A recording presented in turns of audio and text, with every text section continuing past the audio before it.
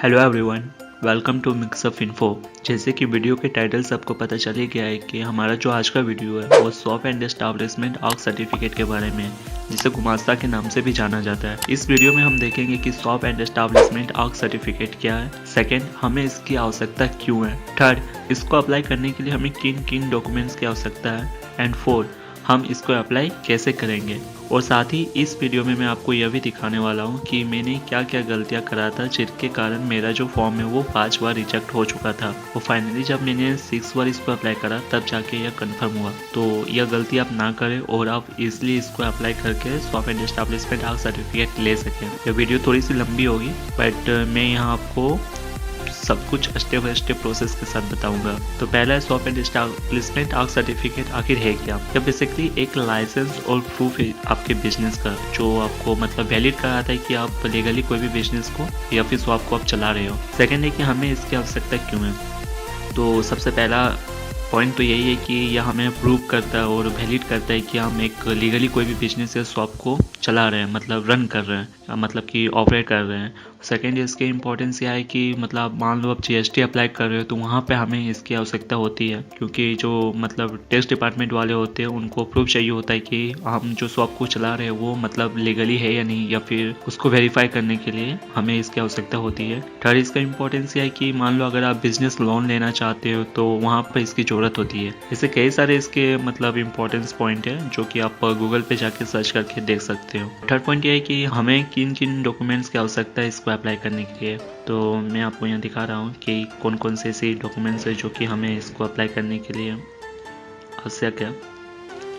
तो सबसे पहला यह है कि एक पासपोर्ट साइज की फ़ोटो होनी चाहिए प्रोप्राइटर या फिर एप्लीकेंट की, मतलब कि आप जिसके लिए अप्लाई ये कर रहे हो उसका एक पासपोर्ट साइज की फ़ोटो होनी चाहिए। सेकंड एक चालान होगी जो कि आप जब फॉर्म को सबमिट करोगे और जो पेमेंट पे कर दोगे तो वहाँ पर आपको इसको डाउनलोड करने का ऑप्शन मिल जाएगा। और थर्ड आपकी एक ID प्रूफ चाहिए। ID प्रूफ कोई भी हो सकता है, आपका आधार कार्ड या फिर पैन कार्ड या फिर ड्राइविंग लाइसेंस या फिर पासपोर्ट, वोटर ID, जो कुछ भी आपके पास है एक ID प्रूफ चाहिए। और उसके बाद आपका फोर्थ पॉइंट ये है कि रेसिडेंटल मतलब जहाँ रहते हो वहाँ का एक ID प्रूफ चाहिए। लाइक अगर राशन कार्ड हो, इलेक्ट्रिसिटी बिल हो, LPG कनेक्शन हो, टेलीफोन बिल हो या फिर रेंटल एग्रीमेंट हो। अगर आप घर से बिजनेस कोऑपरेट कर रहे हो तो वहाँ मतलब आप वहाँ का भी मतलब जो रेंटल एग्रीमेंट होगा या फिर इलेक्ट्रिसिटी बिल होगा वो होना चाहिए। अगर मेनली हमारा जो इलेक्ट्रिसिटी बिल होते हैं वो हमारे पापा लोग के नाम पे होते हैं, तो यहाँ जो डॉक्यूमेंट हम लोग अप्लाई करेंगे वो मेनली लोग देखते हैं कि तुम्हारे नाम पे रिलेटेड है कि नहीं, तो वहाँ हम लोग एक NOC बना सकते हैं। और साथ में अगर आप बाहर से बिजनेस को ऑपरेट कर रहे हैं तो वहाँ रेंटल एग्रीमेंट बना ले, वो सबसे बेस्ट तरीका है, क्योंकि यह बहुत जगह हम लोग को जरूरत पड़ती है GST अप्लाई वगैरह में, या फिर जो अभी हम लोग अप्लाई करने वाले हैं shop and establishment of certificate, वहाँ भी इसकी इंपॉर्टेंस है।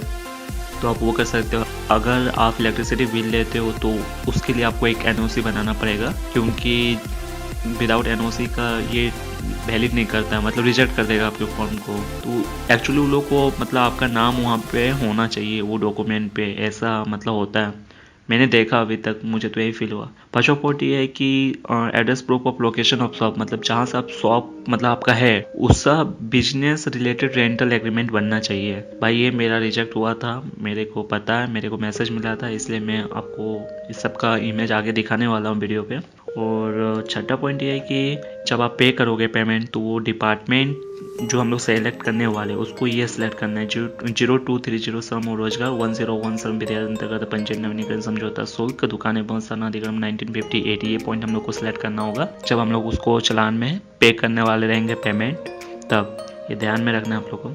उसके बाद ओरिजिनल कॉपी ऑफ चलान में ये मतलब जब आप लोग चलान कटवा लोगे तो इसको डाउनलोड करके रखना है, क्योंकि ओरिजिनल चलान को हम लोग को अपलोड करना होगा फॉर्म में। तो ये इन सब कागजातों की ज़रूरत है हमें फॉर्म को अप्लाई करने के लिए। तो चलिए आप देखते हैं हम लोग नेक्स्ट पॉइंट यह है कि हम लोग इस पर अप्लाई कैसे करेंगे। तो सिंपली आपको गूगल ऑन करना है। गूगल ऑन करते ही और एक बात, अगर आप MP स्टेट के हो तो ये जितनी प्रोसेस होगी सेम होगी। अगर मान लो अगर आप दूसरे स्टेट से लाइक गोवा, दिल्ली, तो वहाँ के जो साइट है वो अलग होगी, प्रोसेस सेम ही होगी बट साइट अलग होगी। जैसे कि मैं MP पे हो तो मैं MP लेबर साइट पे जाऊँगा। MP लेबर साइट को ऑन करते ही ये जो फर्स्ट है www.labor.mp.gov.in, इस पर हम लोग क्लिक करेंगे। क्लिक करते हैं हमारे पास एक नया डैशबोर्ड ओपन हो जाएगी। ये, और स्क्रॉल करते ही आपको यहाँ मिलेगा दुकान एवं स्थापना अधिनियम, आपको इस पर क्लिक कर लेना है। क्लिक करते ही आपको न्यू रजिस्ट्रेशन पे जाना है। न्यू रजिस्ट्रेशन पे जाते ही यहाँ पे आपको सारा जो फॉर्म है इसको फिलअप करना है, आपको क्रेडेंशियल फिल करना है। मैं एज अ डेमो पर्पस ले रहा हूँ, तो यहाँ आपको उसका फिल करना है जिसके लिए आप अप्लाई कर रहे हो, या फिर आप खुद का अप्लाई कर रहे हो, तो यहाँ आप अपना क्रेडेंशियल फिल करोगे।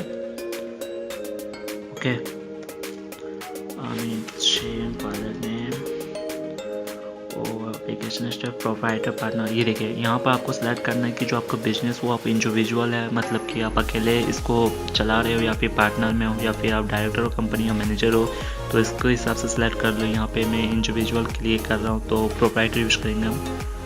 उसके बाद ये हम लोग को ज़रूरत नहीं है, हटाओ इसको। डेट ऑफ बर्थ डालना है यहाँ पे आपको एप्लीकेंट का, मतलब जिसका पे अप्लाई कर रहे हो अपना या फिर दूसरे और का। यहाँ पे आपको एड्रेस डालना है, 45 नगर कॉम्प्लेक्स, प्लाने, भोपाल। ओके, उसके बाद यहाँ पे ईमेल एड्रेस आपको डालना है एप्लीकेंट का, रोहित सिंह 45@gmail.com। यहाँ पे उसका मोबाइल नंबर आपको डालना है एप्लीकेंट का। यहाँ पे आपको आधार नंबर डालना है एप्लीकेंट का। गलत हो गया, सॉरी। 53207611। ओके, उसके बाद family members other partner involve in your business, मतलब कि अगर मान लो कोई भी अगर आपके बिजनेस में इन्वॉल्व है, लाइक आपका फ्रेंड हो या फैमिली हो या फिर कोई पार्टनर हो, तो उसका डिटेल्स आप यहाँ फिल करोगे। नेक्स्ट आपका शॉप एस्टाब्लिशमेंट डिटेल्स, यहाँ पे आपको शॉप का फुल इन्फॉर्मेशन देना है। नेम ऑफ शॉप, शॉप का आपका नाम क्या है, जैसे द डिजिटल मार्ट मैंने फिल करा। यहाँ एड्रेस देना है आपको, एड्रेस को यहाँ कॉपी कर लेता हूँ, पेस्ट कर देता हूँ। एड्रेस वहीं डालिए जहाँ से आप बिजनेस कोऑपरेट कर रहे हैं, डिस्ट्रिक्ट भोपाल। यहाँ शॉप का कैटेगरी सेलेक्ट करना है कि आपका शॉप का कैटेगरी जो मतलब वो शॉप है, या फिर मतलब रेस्टोरेंट है, या फिर थिएटर है, या फिर अगर जो है यहाँ सेलेक्ट कर लीजिए। मेरा तो मान लो कि ऑनलाइन बिजनेस ऑपरेट करना है मार्केट प्लेस में, तो कमर्शियल एस्टैब्लिशमेंट करना है। टाइप ऑफ एम्प्लॉय कितने आपके कंपनी पे वो डालना है, जैसे कि इंडिविजुअल वर्कर है तो मैं 0 to 3 एम्प्लॉय करने वाला हूँ। उसके बाद बिजनेस का टाइप देना है कि आपका जो बिजनेस हो वो किस चीज़ से रिलेटेड है, मतलब स्पेसिफाई करना है आपको।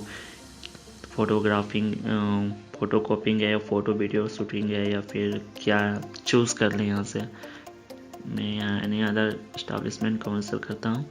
उसका बाद यहाँ पे डे और वीकली ऑफ, मतलब आपका जो बिजनेस मतलब शॉप है वो ऑफ है या नहीं है वीक में, वो आपको सेलेक्ट करना है। मेरा मान लो कोई भी दिन ऑफ नहीं है तो नॉट एप्लीकेबल करूँगा। उसके बाद ओनर टाइप, यहाँ प्रोप्राइटर या पार्टनरशिप या लिमिटेड फॉर्म है। मैं प्रोप्राइटर कर रहा हूँ क्योंकि इंडिविजुअल वर्कर्स मतलब इंडिविजुअल है मेरा, मैं अकेले ही वर्क करूँगा इस पर। बिजनेस स्टार्टेड कब से हुआ था, आप बिजनेस को स्टार्ट कब से किए थे, आपको यहाँ डेट देना है। मेरा मान लो 31 जनवरी था तो मैं यहाँ डेट दे दिया। उसका मैनेजर नेम देना है, जो आपका एप्लीकेंट का नाम होगा उसी का नाम देना है आपको यहाँ पे। जैसे कि मैंने दिया रोहित सिंह, उसका पापा का नाम अमित सिंह, मोबाइल नंबर डालना है आपका एप्लीकेंट का, डेट ऑफ बर्थ डालना है। ओके, यहाँ पे एड्रेस डालना है। मेल कितने हैं, 1 है, फीमेल नहीं है 0। यहाँ पे एप्लीकेंट का नाम देना है आपको। ओके, यहाँ पे एड्रेस देना है। उसके बाद यहाँ रजिस्ट्रेशन फी पे करना है, मतलब कि वही जो चलाना हम लोग को ऑनलाइन कटवाना है वो वहीं से होगा। यहाँ पर सिर्फ पेमेंट मोड में जाना है आपको। यहाँ से आपको ऑनलाइन साइबर ट्रेजरी चलान पे क्लिक करना है। ओके, क्लिक करते ही यहाँ आपको साइबर ट्रेजरी पे जाना है। साइबर ट्रेजरी पे जाने के बाद यहाँ डिपार्टमेंट आपको सिलेक्ट करना है कि कौन सा डिपार्टमेंट के लिए आप पे कर रहे हैं। तो यहाँ लेबर आपको सिलेक्ट कर देना है। लेबर सिलेक्ट करते ही यहाँ ऑफिस का नाम देना है। यहाँ ऑफिस का नाम वो होगा जिसके पास आप इसको मतलब पे कर रहे हो। तो हमारे यहाँ लेबर डिपार्टमेंट हो जाएगा। ओके, यहाँ पर डिस्ट्रिक्ट सेलेक्ट करना है, जैसे भोपाल में। यहाँ पे डिपॉजिटर नेम अपना नाम डालना है आपको, और यहाँ पर आपको एड्रेस डालना है आपका जहाँ रहते हो, 45 रजत नगर कॉम्प्लेक्स, एरिया हो गया पिपलानी,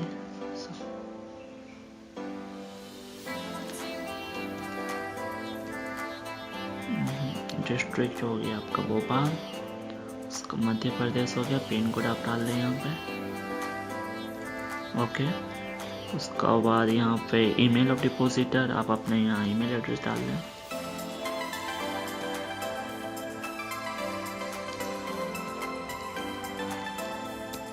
ओके, उसके बाद यहाँ पे देखिए जो मैंने आपको बताया था ना कि किसके लिए हम लोग को पे करना है, वो यहाँ पे सिलेक्ट करना है हम लोग को। ये करना 101 receipts under soft and staff list हक 1958। ओके, ये थोड़ा ध्यान से करना है क्योंकि इसके लिए हम लोग पे कर रहे हैं। यहाँ पर्पस क्या, गुमास्ता, हम लोग गुमास्ता के लिए अप्लाई कर रहे हैं, गुमास्ता रजिस्ट्रेशन। ओके, फ्रॉम डेट, ये एक्चुअली जो टाइम पीरियड इसकी 5 साल की होती है, तो आज 7 मार्च 2021 टू 7 मार्च 2026। ओके, अमाउंट आपका तो 200, बैंक का नाम यहाँ से सिलेक्ट करना है आपका, स्टेट बैंक ऑफ इंडिया। उसका बाद यहाँ से आपको सबमिट पे क्लिक कर देना है। यहाँ पे आपका सारा इन्फॉर्मेशन आएगा जो आपने अभी फिल करा था, देख लीजिए। कोई प्रॉब्लम है तो बैक जाकर आप उसको सुधार सकते हैं। यहाँ आपको कैप्चा फिल करना है, KHPT, कंफर्म कर देना है। ओके, कंफर्म करते ही आपका न्यू डैशबोर्ड आ जाएगा पेमेंट ऑप्शन में। यहाँ पे आप चूज़ कर लो आपको किससे पेमेंट करना है। जैसे मान लो यहाँ SBI नेट बैंकिंग यूज कर रहा हूँ मैं, तो यहाँ पे क्लिक करेंगे।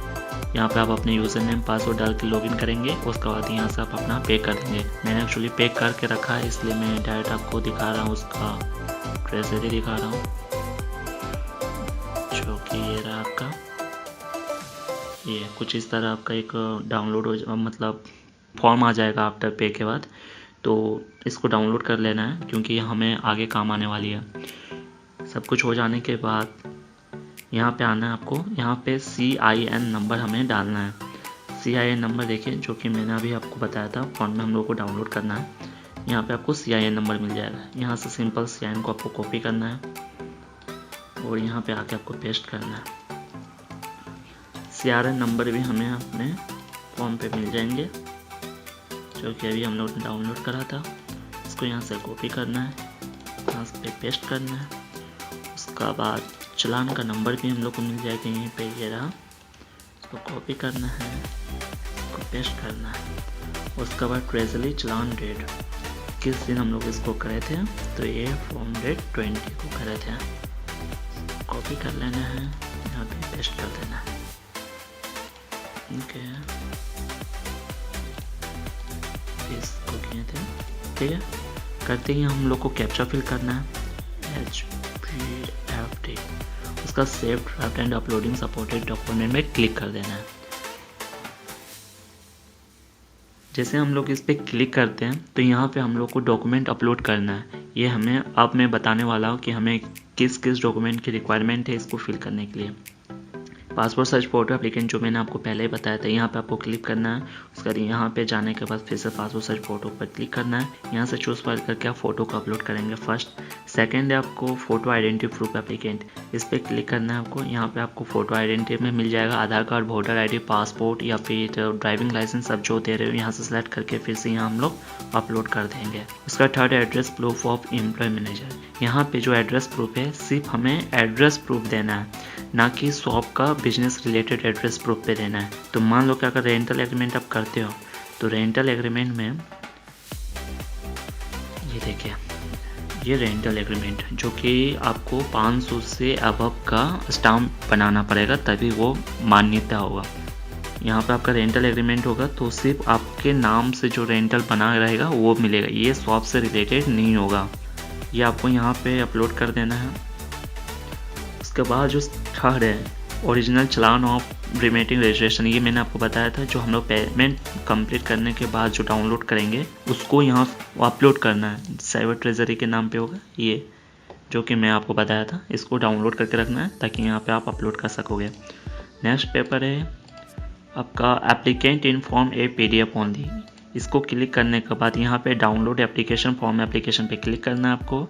उसके बाद ये डाउनलोड हो जाएगा। रोहित सिंह, अमित सिंह है, सब कुछ डिटेल्स दिया गया है यहाँ पे। इसको आपको डाउनलोड करके यहाँ पे आपको टिक कर देना है, मतलब आपसे पूछा जाएगा कि ये आपके दिए गए इंफॉर्मेशन के हिसाब से सारा कुछ सही है, क्या प्रॉब्लम है क्या नहीं, उसके हिसाब से आप पढ़ के यहाँ पे हाँ नहीं पे क्लिक कर देना है। और फाइनली नीचे भी यहाँ पे आपको सिग्नेचर कर लेना है। इसको प्रिंट आउट निकाल के सब कुछ हो जाने के बाद इसको स्कैन करना है। स्कैन करने के बाद आप जो शॉप से करवाओगे स्कैन, वहाँ से आपको स्कैन करा के आप अपने ईमेल या फिर व्हाट्सएप पे ले ले। उसके बाद कंप्यूटर पे रख के इसको अपलोड कर लेना है।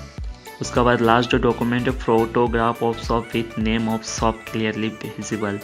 आपको इसके लिए एक आपको बैनर बनाना पड़ेगा, जो कि बैनर कुछ इस तरह होंगे या कुछ इस तरह होगा। ये बैनर बनेगी जो कि आपको शॉप जहाँ पर आप खोलोगे वहाँ पे इसको चिपकाना है। और आपको अंदर का फ़ोटो भी लेना है कि आपका शॉप का लुक वुक कैसा है, वो सारा कुछ एक PDF फॉर्मेट में इमेज को चिपका के यहाँ पे अपलोड करना है। ये इम्पॉर्टेंट है, अगर ऐसा आप नहीं करेंगे तो आपका रिजेक्ट बहुत ही ज़्यादा होने वाला है। अब मैं आपको दिखा रहा हूँ कि मेरा कितना बार रिजेक्ट हुआ है। सो ओके,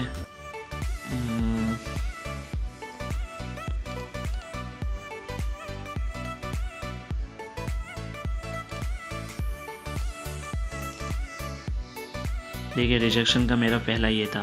जो किरायानामा होगा वो 500 से कम के स्टाम्प पर मान्य नहीं है, स्थापना संचालित दर्शित नहीं है।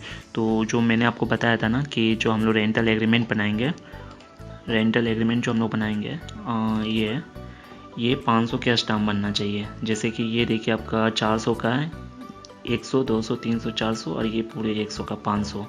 ये 500 से अबव तक के लिए ही बनेगा तभी वो लेगा, वरना नहीं लेगा, रिजेक्ट कर देगा।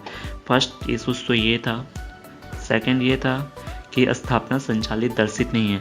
इसका मतलब ये कि जो आपका शॉप है ना, वहाँ पे जो आप बैनर लगाए हो वो आपका बैनर ठीक से नहीं लगा है, या फिर शॉप जहाँ पे आप ऑपरेट कर रहे हो वहाँ जो बेंच टेबल होंगे, कुर्सी, लैपटॉप होंगे और जो सामान आप सेल करोगे उस सब का फ़ोटो अच्छे से खींच के आपको सबमिट करना है, नहीं तो फिर ये प्रॉब्लम आएगी। थर्ड है कि किरायानामा बिजनेस हेतु बनाया गया है, निवास हेतु नहीं। एक तो शॉप से रिलेटेड आपका बनेगा किरायानामा, और सेकंड बनेगा रेंटल एग्रीमेंट जो आपका रूम से रिलेटेड है। जैसे कि मैंने यहाँ 2 बनाया था रेंटल एग्रीमेंट। एक रेंटल एग्रीमेंट इसका जो आपको दिखाया, एक शॉप का बनेगा, सॉरी ये नहीं,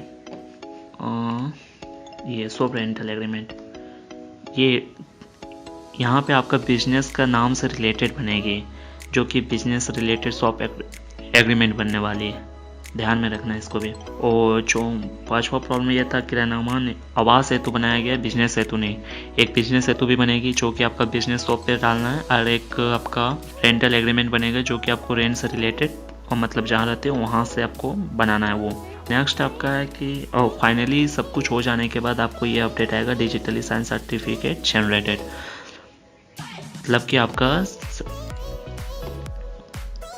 ओके उसके बाद सारे डॉक्यूमेंट अपलोड करने के बाद यहाँ आपको सबमिट कर देना है। सबमिट करते ही आपको एक टोकन नंबर मिलेगा, डॉकेट नंबर बोलते हैं जिसको, वो आपको मिल जाएगा, और एक पासवर्ड मिलेगा जिसका आप यूज करेंगे अपने एप्लीकेशन को ट्रैक करने में। जैसे कि आपको मान लो डॉकेट नंबर मिल गया, उसको यहाँ क्लिक करना है, यहाँ पे ट्रैक स्टेटस पे जाना है, यहाँ पे आप अपना डॉकेट नंबर डालोगे। मैं डाला,